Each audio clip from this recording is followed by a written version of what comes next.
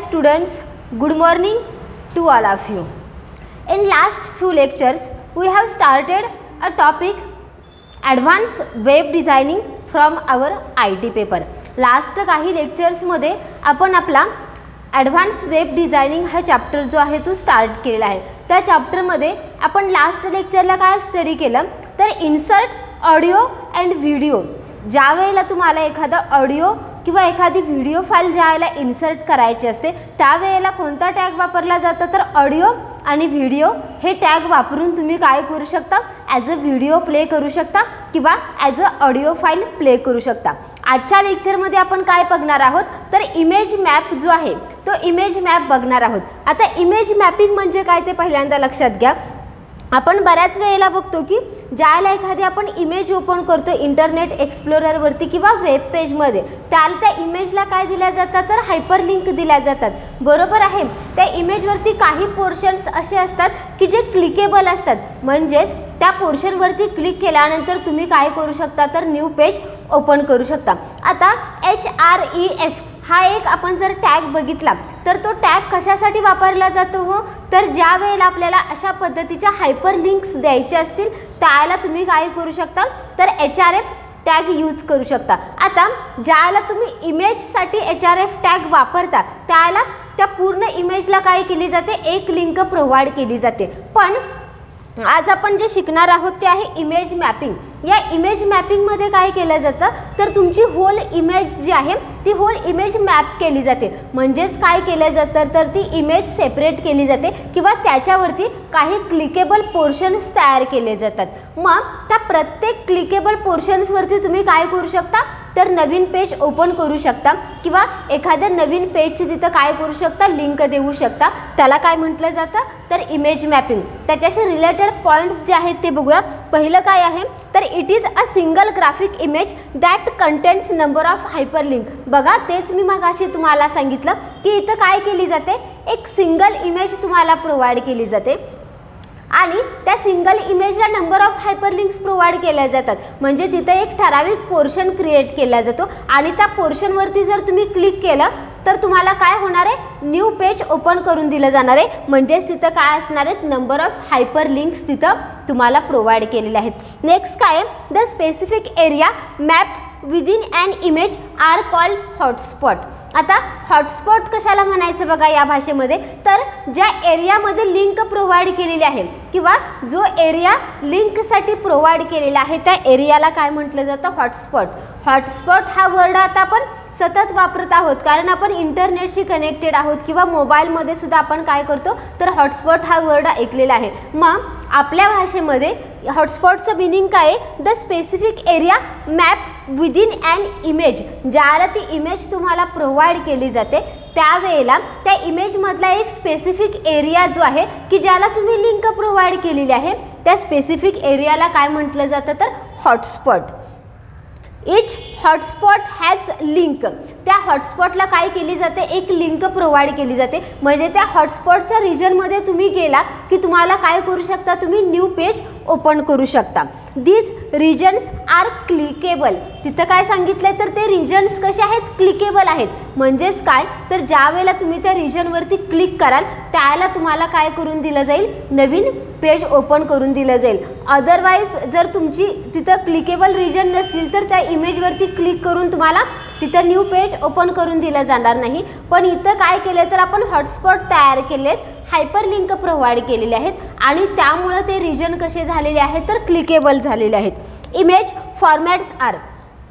आता ज्यावेळेला हे इमेज तुम्ही तिथं डिस्प्ले करता त्यावेळेला त्या इमेजचे फॉर्मॅट्स काय असले पाहिजेत तर JPEG म्हणजे जॉईंट फोटोग्राफी इमेज जी आहे त्या पद्धतीची इमेज तिथं असली पाहिजे किंवा GIF इमेज ग्राफिकल जी इमेज आहे ती ग्राफिकल इमेज तिथं असली पाहिजे. ज्याला तुम्ही एखादी इमेज डाउनलोड करता नेटवरनं किंवा तुमचे जे फोटोज वगैरे असतील त्या फोटोचे एक्सटेन्शन बघा काय आहेत तर त्या फोटोचे एक्सटेन्शन काय असतात तर .jpg हे असतं किंवा .jpeg या फॉर्मॅटमध्ये तुमचे फोटो काय केले जातात सेव्ह केले जातात.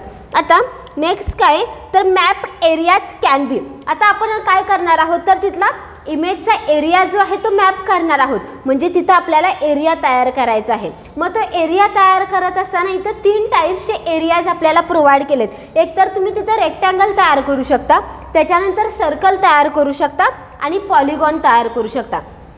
हे 3च रिजन जे आहेत किंवा या पद्धतीनं तुम्ही काय करू शकता, एरिया तयार करू शकता. एखाद्याला वाटलं की मला ट्रायंगल तयार करायचं आहे, नॉट पॉसिबल. आपल्याला फक्त इथं काय केलेलं आहे, तर जे आपण इथं म्हणतोय द स्पेसिफिक एरिया सांगितलेला आहे. मग द स्पेसिफिक एरिया म्हणजे काय, तर तुमची जी काही इमेज असणार आहे त्या इमेजवरती कुठंतरी सर्कलचं एक साईन येणार आहे, म्हणजे ते आपल्याला दिसणार नाही आहे. आपण त्याच्यासाठी काय करणार आहोत, तर कोऑर्डिनेट्स प्रोव्हाइड करणार आहोत आणि त्या कोऑर्डिनेट्स जे आहेत त्याचं मेजर करून तिथं काय केलं जाईल, एक सर्कल डिझाईन केलं जाईल आणि त्या सर्कलमध्ये तुम्हाला काय केली जाईल, लिंक प्रोव्हाइड केली जाईल. मग ते एरिया कुठले कुठले आपण तयार करू शकतो, तर रेक्टँगल हा एक एरिया तयार करू शकतो, सर्कल एक एरिया तयार करू शकतो आणि पॉलिगॉन, या तिन्हीपैकी कोणत्याही शेप तुम्ही काय करू शकता, तिथं डिझाईन करू शकता.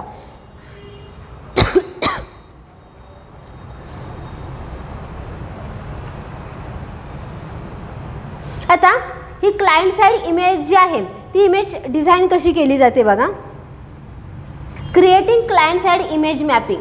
आता आपण त्याचं बेसिक इन्फॉर्मेशन पाहिलं की इमेज मॅपिंगला पहिल्यांदा काय करावं लागणार आहे तुम्हाला, तर एक इमेज सिलेक्ट करावी लागणार आहे आणि त्या इमेजवरती काय करावं लागणार आहे, हॉटस्पॉट तयार करावे लागणार आहेत आणि त्या हॉटस्पॉटला काय करावे लागणार आहे, हायपर लिंक द्यावी लागणार आहे. या गोष्टी तुमच्या लक्षात आल्या असतील. आता अजून पुढे जाऊन आपल्याला याच्यासाठी थोडेसे डिफरंट टॅग्स यूज करावे लागणार आहेत. म्हणजे ज्याला आपण इमेज इन्सर्ट करतो त्याला फक्त आपण काय म्हणतो, तर IMG हा जो इमेजशी रिलेटेड टॅग आहे तो आपण काय करतो, तिथं यूज करतो. पण इथं तसं चालणार नाही आहे. इमेज तर इन्सर्ट करावी लागणारच आहे, त्यासोबतच आपल्याला काय करावं लागणार आहे, तर बाकीचे जे डिफरंट टॅग्स आहेत ते यूज करावे लागणार आहेत. आता आपल्या सिलेबसमध्ये 2 टाईप्सचे इमेज मॅपिंग आहेत. एक आहे क्लायंट साइड इमेज मॅपिंग आणि दुसरं आहे सर्व्हर साइड इमेज मॅपिंग.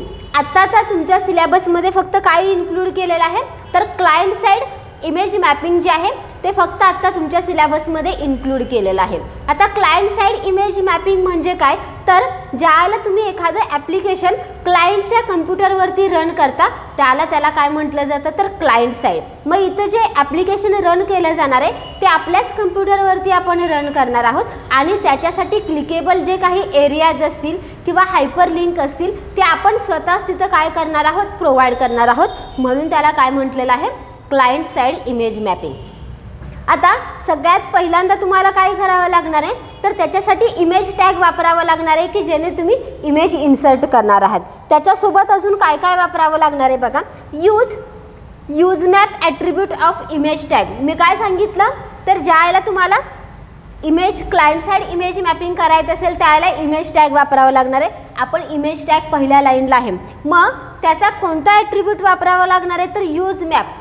आत्तापर्यंत आपण इमेज टॅग जो शिकलो त्याच्यामध्ये कोणकोणते ॲट्रिब्यूट मी तुम्हाला सांगितले होते, तर पहिल्यात सगळ्यात महत्त्वाचा ॲट्रिब्यूट जो आपला होता तो होता SRC, की जो काय स्पेसिफाय करतो, तुमच्या इमेजची लोकेशन जे आहे ते लोकेशन कुठं आहे ते तो स्पेसिफाय करतो. त्याच्यानंतर आपण अजून काय पाहिलं होतं, तर हाईट आणि विड्थ हे स्टडी केलं होतं. आता त्याच्याच सोबत अजून आपल्याला नवीन ॲट्रिब्यूट बघायचा आहे इमेज मॅपिंगचा.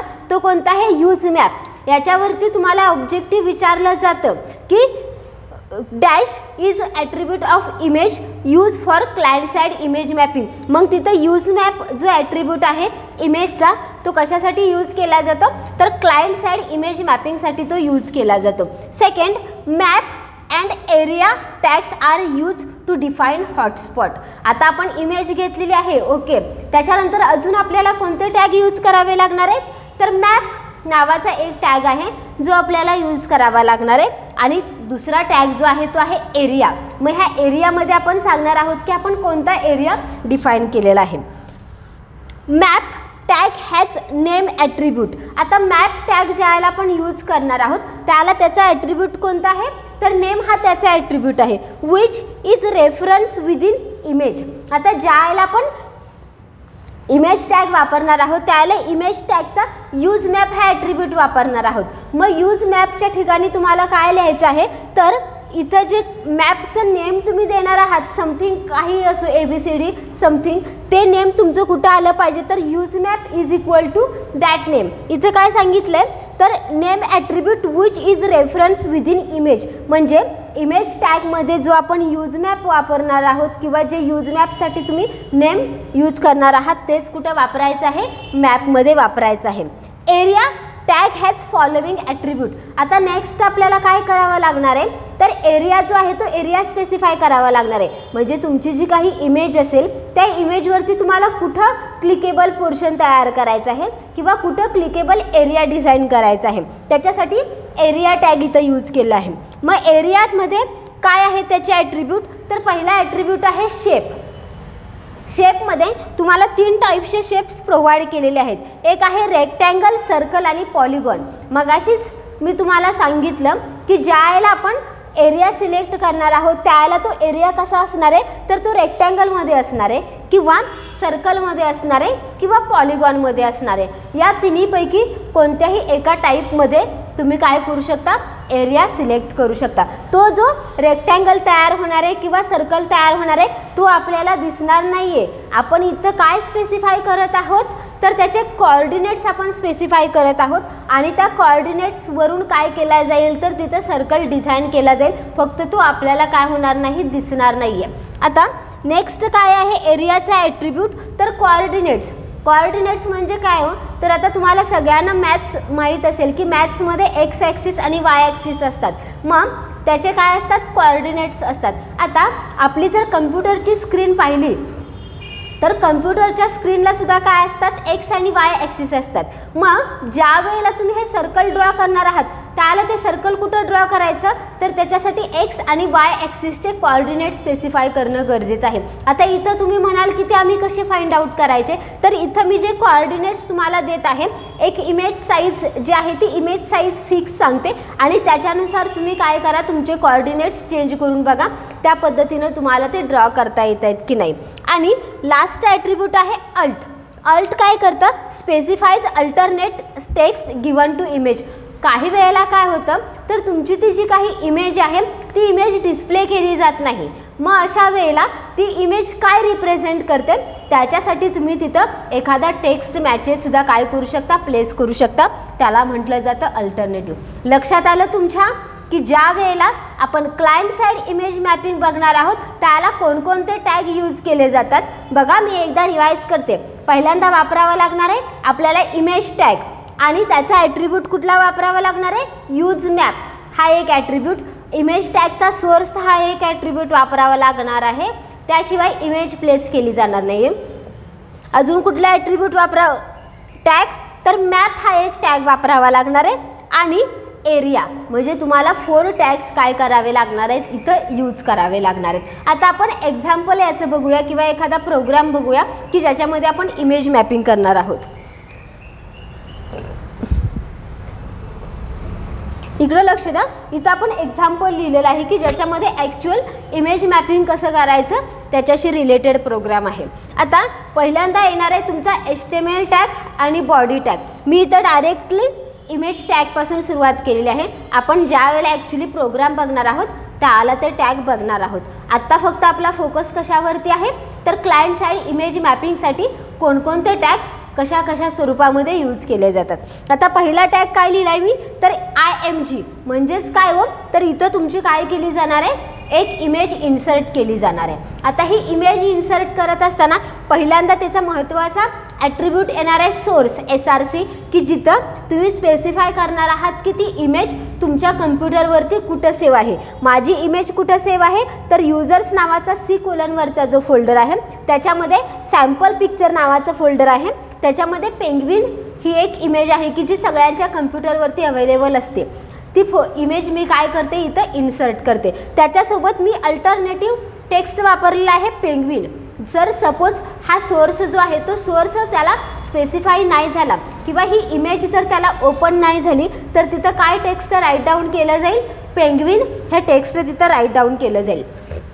त्याच्यानंतर बघा आता इमेजचाच मी यूज मॅप हा ॲट्रिब्यूट लिहिला आहे. आपण मगाशी पाहिलं की यूज मॅप ॲट्रिब्यूट कुणाचा आहे तर इमेज टॅगचा आहे की जो तुम्हाला क्लायंट साईड इमेज मॅपिंग करता त्याला यूज करायचं आहे. मग मी use map is equal to test, म्हणजे हे टेस्ट काय आहे तर टेस्ट एक नेम आहे की जो मी मॅप तयार केलेला आहे त्या मॅपला दिलेलं टेस्ट जे नेम आहे ते आहे टेस्ट. आता त्याच्यानंतर मला कोणता टॅग वापरावा लागणार आहे तर मॅप हा टॅग वापरावा लागणार आहे. खाली मी वापरला आहे मॅप. आता मॅपला काय करावं लागतं तर तुम्हाला नेम स्पेसिफाय करावं लागतं. नेम हा ॲट्रिब्यूट कुणाचा आहे मॅपचा. मग map name is equal to test, जे इथं तुम्ही यूज मॅपमध्ये वापरलेलं आहे तेच काय असणार आहे त्याचं नेम असणार आहे. हे लक्षात ठेवायचं. इथं आणि इथं कन्फ्युजन करायचं नाही. जर इथं तुम्ही वेगळं नेम यूज केलं आणि तेच नेम जर इथं नाही वापरलं तर तुमचा मॅप तयार होणार नाही आहे. त्यासाठी हे दोन जे नेम्स आहेत हे दोन नेम्स कसे पाहिजेत तर एकसारखेच पाहिजेत. त्याच्यानंतर मी वापरला आहे तो एरिया टॅग. एरिया टॅग काय करतं तर तुमचे जो काही क्लिकेबल एरिया तयार करणार आहात त्याचा कोऑर्डिनेट आणि शेप सांगितलं जातं. एरियाचा ॲट्रिब्यूट आहे शेप. इथं मी पहिल्यांदा कुठला शेप तयार करते तर रेक्टँगल शेप तयार करते. त्याच्यासाठी जे ॲब्रिव्हिएशन वापरलं जातं ते आहे RECT रेक्ट. यानं रेक्टँगल डिझाईन केला जाईल. आता रेक्टँगल डिझाईन करत असताना त्याच्यासाठी काय वापरले पाहिजेत त्याचे कोऑर्डिनेट्स वापरले पाहिजेत. म्हणजे रेक्टँगल बाबा नक्की त्या इमेजवरती कुठं डिझाईन झाला पाहिजे हे सांगायला पाहिजे. त्याच्यासाठी हे 4 कोऑर्डिनेट्स रेक्टँगलचे वापरले मी. आता त्याच्यानंतर अल्टरनेटिव्ह टेक्स्ट काय दिलेलं आहे तिथं रेक्टँगल आणि HRF काय दिलेली आहे list1.html. म्हणजेच काय तर ज्याला तो रेक्टँगल डिझाईन केला जाईल त्याला त्या रेक्टँगलवरती जर माझा कर्सरचा पॉइंटर आला तर तिथं काय दिसणार आहे तर मला list.html दिसणार आहे. आणि मी त्या पोर्शनवरती जर क्लिक केलं तर माझी list.html फाईल काय केली जाणार आहे ओपन करून दिली जाणार आहे. त्याचसोबत इथं आहे एरिया शेप. दुसरा मी अजून एक क्लिकेबल रिजन तयार केला एरिया शेप की ज्याच्यामध्ये मी कोणता एरिया तयार केलेला आहे सर्कल एरिया तयार केलेला आहे. आणि या सर्कलसाठी मला 3 कोऑर्डिनेट्स द्यायचे आहेत. मी ते 3 कोऑर्डिनेट्स लिहिले. त्याच्यानंतर अल्टरनेटिव्ह टेक्स्ट लिहिलं सर्कल आणि त्याला लिंक दिलेली आहे list2.html आणि माझा हा मॅप टॅग संपला. आता हेच आपण काय करूया तर प्रॅक्टिकली करून बघूया.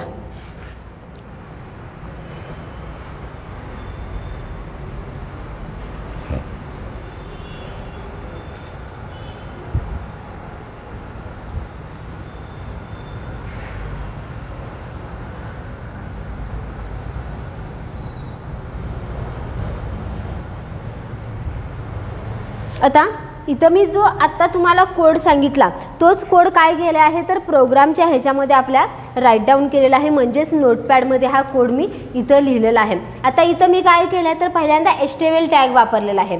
हेड टॅग वापरलेला आहे. हेडमध्ये टायटल काय दिलेलं आहे बघा क्लायंट साईड इमेज मॅपिंग. हे त्याच्यासाठी मी काय केलेलं आहे टायटल स्पेसिफाय केलेलं आहे. त्याच्यानंतर काय वापरलेलं आहे तर बॉडी टॅग वापरलेला आहे. बॉडी टॅगमध्ये मी पहिल्यांदा काय स्पेसिफाय केलं तर इमेज साईज जी आहे ती इमेज साईज मी इथं तुम्हाला सांगितलेली आहे की मी जी इमेज इन्सर्ट केलेली आहे त्याची साईज किती आहे 24x768 एवढी त्याची हाईट आणि विड्थ आहे. त्याच्यानंतर मी काय केले तर पहिल्यांदा हा इमेज टॅग वापरलेला आहे की ज्याच्यामध्ये मी लोकेशन काय केलेलं आहे इमेजचं इथं स्पेसिफाय केलेलं आहे. त्याच्यानंतर मी मॅप हा टॅग वापरलेला आहे. मॅपमध्ये मी काय केलं तर जे काही आपण यूज मॅपला जे नाव दिलं होतं इथं टेस्ट तेच नेम मी काय केलेलं आहे इथं यूज केलेलं आहे. त्याच्यानंतर मी काय केले तर एरिया टॅग वापरलेला आहे की ज्याच्यामध्ये त्याचे शेपचे कोऑर्डिनेट्स दिलेत की जो रेक्टँगल एक शेप असणार आहे आणि दुसरा शेप असणार आहे सर्कल. आणि त्याच्यानंतर मी काय केलेलं आहे मॅप टॅग कंप्लीट केलेला आहे आणि बॉडी टॅगसुद्धा क्लोज केलेला आहे. आता आपल्याला याचं काय करायचं आहे आउटपुट आपण बघूया त्याच्यावरनं तुमच्या लक्षात येईल.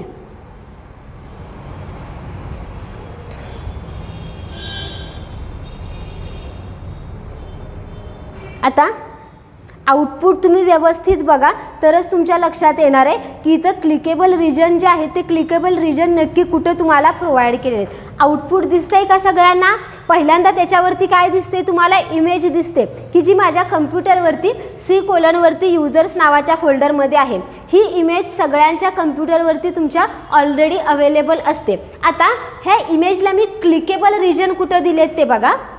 व्यवस्थित तुम्ही बघितलं तर तुमच्या लक्षात येईल की क्लिकेबल रिजन कुठं आहेत ते.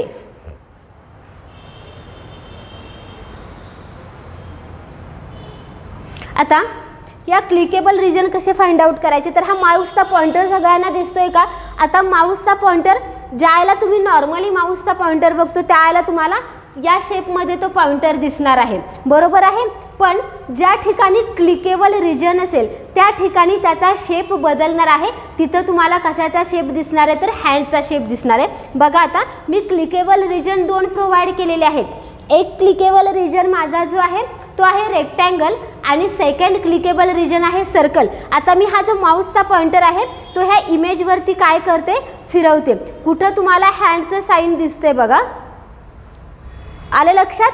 इथं तुम्हाला कोणतं साईन दिसतंय बघा, माऊसचा पॉइंटर जो आहे तो माऊसचा पॉइंटरचं साईन इथं कोणतं दिसतंय, तर हँडचं साईन दिसलेलं आहे तुम्हाला. मग हँडचं साईन तिथं काय स्पेसिफाय करतं, तर हा रिजन कसा आहे, क्लिकेबल रिजन आहे आणि या रिजनला काय केलेलं आहे, तर हायपरलिंक प्रोव्हाइड केलेले आहे. आता ज्या वेळेला मी ह्या रिजनवरती क्लिक करते, इथं जर माऊसचा पॉइंटर नेला तर इथं मी कोणती हे केलेली आहे, लिस्ट 1 आणि लिस्ट 2 हे दोन्ही त्याच्यासाठी काय केले आहेत, हायपरलिंक दिलेले आहेत. आता इथं एक दिसतोय, इथं लिस्ट 1 दिलेला आहे, म्हणजे 2 ठिकाणी आपण क्लिकेबल रिजन तयार केलेले आहेत. एक आहे रेक्टँगल आणि आहे दुसरा सर्कल. त्यामुळे आपल्याला 2 ठिकाणी काय दिसणार आहेत, हे हँडचे साईन आपल्याला दिसणार आहेत. आता पहिल्या हँडच्या साईनच्या ठिकाणी मी जर क्लिक केलं तर इथं मी आत्ता काय केलं नाही आहेत, लिंक प्रोव्हाइड केलेल्या नाही आहेत. त्यामुळे ह्या लिंक ज्या आहेत त्या लिंक आपल्याला दाखवल्या जात नाही आहेत. पण ज्या वेळेला आपण ते पेजेस तिथं प्रोव्हाइड करू त्यावेळेला तुम्हाला काय केलं जाईल, त्या लिंक तिथं दाखवल्या जातील.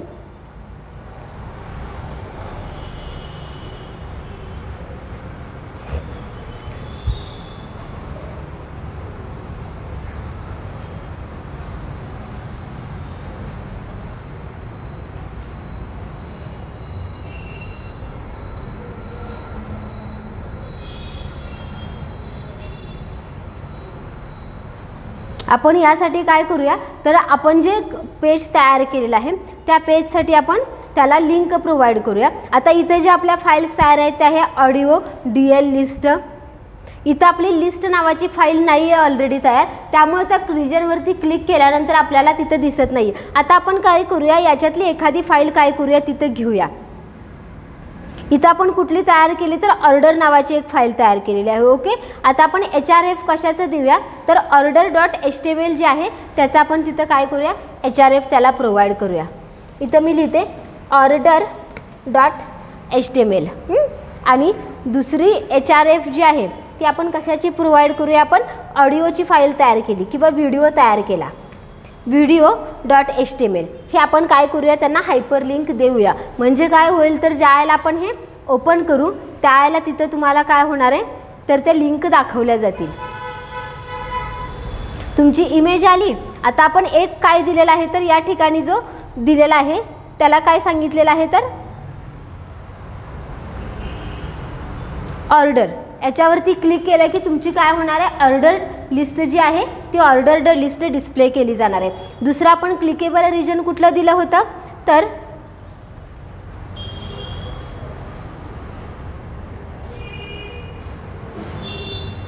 इथं होतं ऑर्डरचं आणि दुसरं होतं व्हिडिओ की जो आपण काल पाहिला होता. या पद्धतीने तुम्ही काय करू शकता, तर क्लिकेबल जे रिजन्स आहेत ते क्लिकेबल रिजन्स आपण डिझाईन करू शकतो आणि तुम्ही त्या इमेजला काय करू शकता, तर हॉटस्पॉट जे आहेत ते हॉटस्पॉट प्रोव्हाइड करू शकता.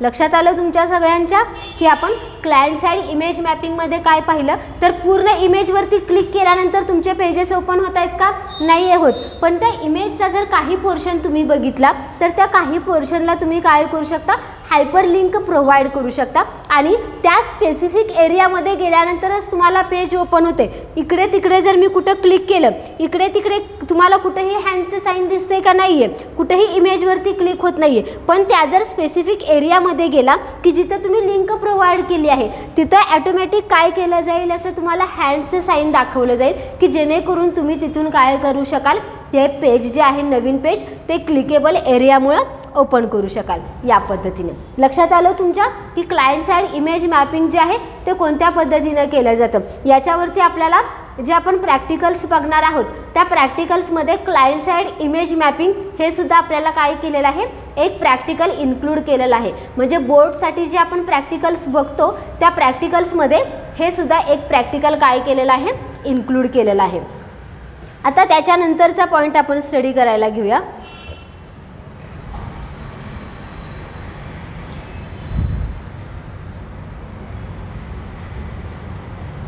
आता नेक्स्ट जे आपल्याला बघायचं आहे ते आहे इनलाइन फ्रेम. आता थोडंसं आपल्याला HTML जे आहे त्या HTML मधून थोडंसं बाहेर यायचं आहे. म्हणजे HTML तर शिकतोच आहोत आपण, पण त्याच्यासोबतच अजून काय शिकायचं आहे तर वेगळे अजून काही टॅग्स जे आहेत की जे तुमच्या सिलेबसमध्ये इन्क्लूड केलेले आहेत ते आपल्याला शिकायचे आहेत.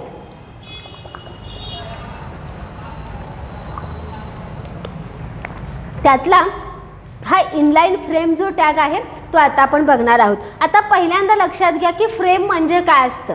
तर ज्या वेळेला आत्तापर्यंत आपण वेबसाईट बघितलं किंवा वेब पेजेस बघितले, जर तुम्हाला वेब पेज हे मल्टिपल सेक्शनमध्ये डिवाइड करायचं असेल तर त्याच्यासाठी काय केला जातो, फ्रेम सेट हा टॅग वापरला जातो. बघा मी काय सांगते, ज्यावेळेला एखादं वेब पेज तुम्हाला मल्टिपल सेक्शनमध्ये डिवाइड करायचं असेल त्याला काय केला जातो, फ्रेम सेट टॅग वापरला जातो. आपण जर एखादी वेबसाईट्स बघितली तर त्या वेबसाईटमध्ये आपल्याला काय काय दिसतं, लेफ्ट हँड साईडला तुम्हाला नंबर ऑफ कॉलम्स दिसतात, राईट हँड साईडला कॉलम्स दिसतात आणि मध्ये काय केला जातो, तुमची इन्फॉर्मेशन डिस्प्ले केली जाते. किंवा फॉर एक्झाम्पल आपण न्यूजपेपर घेऊया. न्यूजपेपर जर तुम्ही पाहिला तर त्या न्यूजपेपर काय केलेलं असतं तर न्यूजपेपरचं जे पेज आहे ते नंबर ऑफ सेक्शनमध्ये डिवाइड केलं जातं. मग हे नंबर ऑफ सेक्शन्स जे आहेत ते कशामुळे पॉसिबल होतात तर त्याच्यासाठी डिफरंट फ्रेम सेट तयार केले जातात. म्हणजे हे जर माझं वेब पेज असेल आणि त्याच्यामध्ये ॲट अ टाईम मला 4 इन्फॉर्मेशन डिस्प्ले करायची असेल, मग ती टॅब्युलर फॉर्मॅटमध्ये असेल, रो वाईज असेल किंवा कॉलम वाईज असेल, त्याच्यासाठी आपल्याला HTMLमध्ये टॅग आहेत का नाही आहेत कॉलम्स तयार करायचे किंवा म्हणजे टेबल टॅग आहे. पण टेबल टॅगला काय आहे, लिमिटेशन आहे. त्याच्यामध्ये आपण थोडाच डेटा काय करू शकतो, डिस्प्ले करू शकतो. मग ते अवॉइड करण्यासाठी काय केलं तर फ्रेम सेट टॅग जो आहे तो यूज करण्यात आला की जेणेकरून तुमचं वेब पेज काय करू शकता, तुम्ही डिवाइड करू शकता. आता फ्रेम सेट जो टॅग आहे तो लास्ट इयर म्हणजे तुमचा जो जुना सिलेबस होता 12चा त्याच्यामध्ये फ्रेम सेट टॅग हा इन्क्लूड केला होता. मग त्याच्यामध्ये तुम्हाला फ्रेम सेट्स कशा तयार करायच्या किंवा मल्टिपल फ्रेम्स तुमच्या वेब पेजमध्ये कशा इन्क्लूड करायच्या हे त्या सिलेबसमध्ये होतं. पण तुमच्या आत्ताच्या सिलेबसमध्ये तो पोर्शन कट केलेला आहे आणि फक्त तुम्हाला काय इन्क्लूड केलेला आहे तर इनलाइन फ्रेम जो आहे तो इनलाइन फ्रेम पोर्शन फक्त तुमच्या सिलेबसमध्ये आता इन्क्लूड केलेला आहे. मग इनलाइन फ्रेम जे आहे त्या इनलाइन फ्रेमला काय म्हटलं जातं तर फ्लोटिंग फ्रेम म्हटलं जातं. फ्लोटिंग म्हणजे काय हो तर ज्या वेळेला नॉर्मली फ्रेम हा टॅग वापरला जातो त्याला त्या ठिकाणी तो टॅग काय करतो तर बॉडी टॅगला रिप्लेस करून टाकतो. म्हणजे आपण नॉर्मल जर HTML पेज स्ट्रक्चर बघितलं तर त्या नॉर्मल HTML पेजच्या स्ट्रक्चरमध्ये आपण बॉडी टॅग लिहितो, HTML टॅग बॉडी टॅग, आणि जो काही कंटेंट तुम्हाला डिस्प्ले करायचा आहे तो आपण काय करतो तर बॉडी पोर्शनमध्ये लिहितो. पण ज्याला तुम्ही फ्रेम सेट टॅग वापरता त्याला तो बॉडी टॅग कशाने रिप्लेस केला जातो तर फ्रेम सेट टॅगनं. आणि इनलाइन फ्रेम जे आहे ते इनलाइन फ्रेमला काय म्हटलं जातं तर फ्लोटिंग फ्रेम. याला फ्लोटिंग का म्हटलं जातं कारण हा जो आयफ्रेम टॅग आहे तो विदिन अ बॉडी टॅग वापरला जातो. म्हणजे याच्यासाठी बॉडी टॅग हा यूज केला जातो आणि त्या बॉडी टॅगमध्ये काय केले जाते तर तुमची फ्रेम इन्सर्ट केली जाते. मग ज्याला तुम्हाला याच्यावरती MCQ विचारला जातो की इनलाइन फ्रेम ही कशाने डिनोट केली जाते किंवा त्याच्यासाठी कोणता टॅग वापरला जातो तर आयफ्रेम जो टॅग आहे तो कशासाठी यूज केला जातो तर इनलाइन फ्रेम जे आहे ती तयार करण्यासाठी. मग इथं काय आहे iframe tag is use to create a inline frame आणि त्या इनलाइन फ्रेमलाच काय म्हटलं जातं तर फ्लोटिंग फ्रेम. हे सुद्धा त्याचं जे नेम आहे ते तुम्ही लक्षात ठेवा. त्याच्यानंतर ॲट्रिब्यूट्स ऑफ आयफ्रेम. आता ही आयफ्रेम तुम्हाला डिस्प्ले करायची आहे किंवा तुमच्या बॉडी टॅगमध्येच अजून एखादी फ्रेम तुम्हाला इन्सर्ट करायची आहे. म्हणजे ज्या पद्धतीने आपण इमेज इन्सर्ट करतो बॉडी टॅगमध्ये त्याच पद्धतीनं काय करू शकता तर तुम्ही ही फ्रेम इन्सर्ट करू शकता. त्याच्यासाठी त्याचे ॲट्रिब्यूट्स बघा. पहिला ॲट्रिब्यूट आहे SRC. SRC ॲट्रिब्यूट आपण आतापर्यंत खूप ठिकाणी पाहिलेला आहे. इथं SRC ॲट्रिब्यूट काय सांगतं तर जी काही तुम्ही इनलाईन फ्रेम डिस्प्ले करणार आहात त्या फ्रेममध्ये कोणता कंटेंट तुम्ही दाखवणार आहात त्या कंटेंटचा तिथं काय केला जातो पाथ दिला जातो. त्याच्यानंतर सेकंड आहे हाईट आणि विड्थ.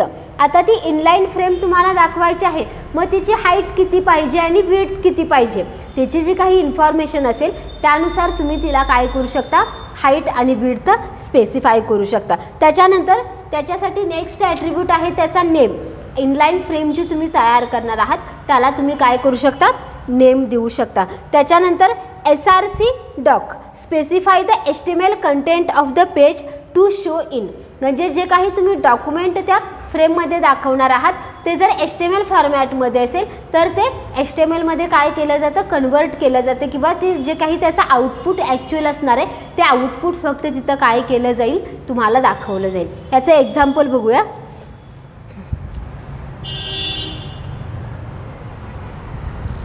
आता एक्झाम्पल बघा. याचं एक्झाम्पल याची खूप छोटी आहेत.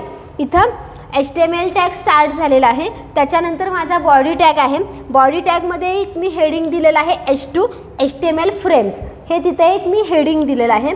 त्याच्यानंतर मी काय वापरलेलं आहे तर iframe टॅग जो आपण शिकत आहोत की जो फ्रेम इन्सर्ट करण्यासाठी वापरला जातो तो iframe टॅग इथं मी यूज केलेला आहे.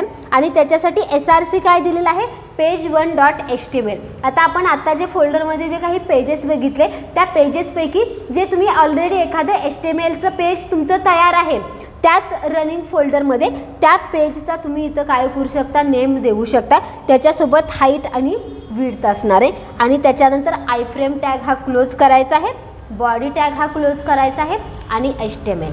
आता आपण याचं प्रोग्रामॅटिकली एक्झाम्पल बघूया.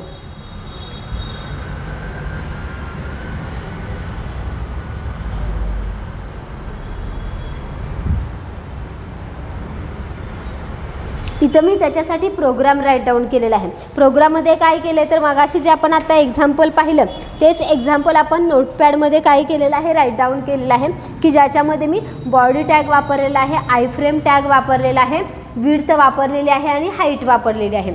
आणि आता आपण काय करणार आहोत तर हा जो आपला प्रोग्राम आहे तो प्रोग्राम रन करून बघूया की जेणेकरून ॲक्च्युअली आपल्याला आउटपुट जे आहे ते आउटपुट कसं दिसते हे तुमच्या लक्षात येईल.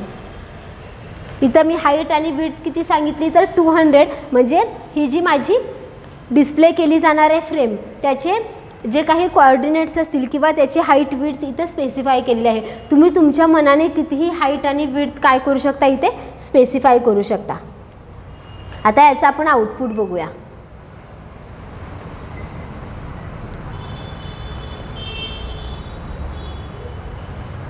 आउटपुट बघा कसं दिसलं. HTML फ्रेम्स हे आपल्याला तिथं प्रिंट झालेलं आहे आणि त्याच्यानंतर आपल्याला काय दाखवलं जाते तर मी काय केलेलं आहे तिथे एक फ्रेम तयार केलेली आहे. हे जर तुम्ही व्यवस्थित पाहिलं तर इथं काय दिसते तुम्हाला एक फ्रेम दिसते आणि त्या फ्रेमला आपण SRC काय दिला होता तर order.html या पेजचा आपण तिथे SRC दिला होता. म्हणजेच काय तर ह्या फ्रेममध्ये जे आउटपुट डिस्प्ले होणार आहे ते आउटपुट कुणाचं असणार आहे तर order.html जी आपण फाईल तयार केलेली आहे त्याचं जे आउटपुट असणार आहे ते आउटपुट काय होणार आहे इथं तुम्हाला डिस्प्ले केलं जाणार आहे. या पद्धतीने तुम्ही काय करू शकता तर कोणतंही आउटपुट इथे तुम्ही डिस्प्ले करू शकता. असं नाही की मी इथं ऑर्डर पेज दिलेला आहे. तुमच्याकडे जे काही तुम्ही पेजेस डिझाईन केलेले असतील ते जर पेजेस तुम्ही SRC मध्ये लिहिले तर त्या पेजचा आउटपुट काय केलं जाईल या पोर्शनमध्ये डिस्प्ले केलं जाईल. म्हणजे बाकीचा पोर्शन आपल्याला युजेबल करायचाच आहे. प्लस इथं काय केलेलं आहे तर हा पोर्शनसुद्धा इथे इन्क्लूड केलेला आहे किंवा ही फ्रेम इथं इन्क्लूड केलेली आहे. लक्षात आलं तुमच्या की आजच्या लेक्चरला आपण काय काय स्टडी केलं तर इमेज मॅपिंग जे आहे ते इमेज मॅपिंग कोणत्या पद्धतीनं केलं जातं. क्लायंट साईड इमेज मॅपिंग म्हणजे काय की जिथं आपण क्लिकेबल एरियाज तयार केलेले होते ते आपण पाहिलं. आणि नेक्स्ट पार्ट जो पाहिला तो होता iframeचा. म्हणजेच तुम्ही फ्रेम्स ज्या आहेत त्या फ्रेम्स कशा तयार करता. तुमच्या जर वेबपेजमध्ये एखादी फ्रेम तुम्हाला इन्क्लूड करायची असेल तर त्याच्यासाठी iframe हा टॅग वापरला जातो. आणि फ्रेम इन्क्लूड करत असताना कोणता पोर्शन फ्रेमचा इन्क्लूड करायचा आहे त्याच्यासाठी तुम्ही SRC हा टॅग वापरू शकता की त्या फ्रेममध्ये तुम्हाला ॲक्च्युअल काय दाखवायचं आहे. इथं जर एखाद्याला इन्फॉर्मेशन डिस्प्ले करायची असेल तर ओके, असं एक पेज HTMLमध्ये डिझाईन करा की जे फक्त इन्फॉर्मेशन डिस्प्ले करतं. या पद्धतीनं तुम्ही काय करू शकता तर हे आउटपुट दाखवू शकता. आजचं लेक्चर जे आहे ते आजचं लेक्चर आपण इथंच स्टॉप करूया. नेक्स्ट कंटेंट जो असेल तो टुमारो लेक्चरला स्टडी केला जाईल. Good bye, have a nice day.